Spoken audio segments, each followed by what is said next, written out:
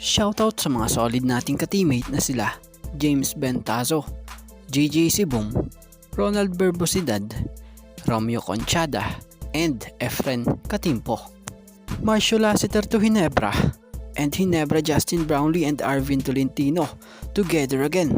Grabe yung pagpapakondisyon nila. So wag na nga nating patagalin pa, tara at atin ang agad talakayin yan. So unang-una syempre matatandaan naman natin noon nga ay naging maganda ang tandem na rin talaga ni Brownlee sa Ginebra at eto nga si Arvin Tolentino. Yung samahan talaga nila rito ay naging matibay. Si Arvin nga yung tipo ng player na may mataas na kumpiyansa sa sarili, kaya nga madalas binibigyan nila ng magagandang pasa ito.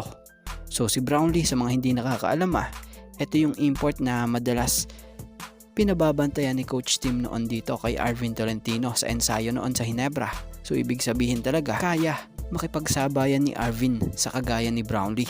So kung tutuusin, isa ito sa nakakapanghinayang lang din na hindi ito nasama pa para sa gilas ngayong World Cup. Legit sharpshooter pa naman ito So sayang no. So sa ngayon mukhang may malaking pinaghahandaan si Brownlee and Arvin Tolentino dahil sa isang inilabas na footage ni Ginebra Boys Ballballers, makikitang todo nga po ang workout ng magkasama noon dati sa Ginebra na si Arvin at Brownlee. So yan pansin nyo, grabe din ang pagpapakondisyon talaga nila.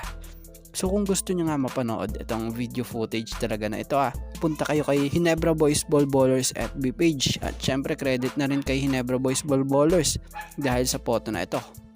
At about naman po dito sa patungkol kay Marcio. So may nabasa nga tayo rito na top 3 targets to replace Jeremiah Gray. So isa nga po sa makikita natin sa litrato rito ay itong si Marcio Lassiter. So ngayon nga po, kung usapang 3-point shooter or small forward ang pag-uusapan, isa ito sa pinag-uusapan ngayon. Lalo pat nawala si Jeremiah Gray sa Ginebra buong season. Dulot nga po ng pagpapagaling ng injury nito sa tuhod. So sa tingin natin rumors pa lang naman ito na batay dito sa nakasulat rito. Marcio Lassiter, I think Ginebra should consider Lassiter as a target.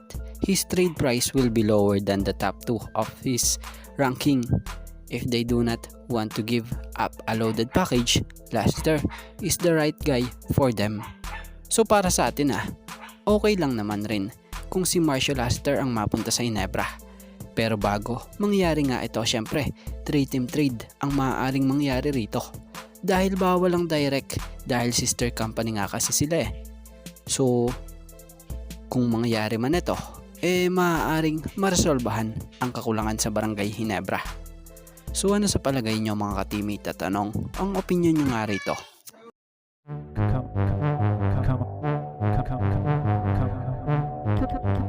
Come on.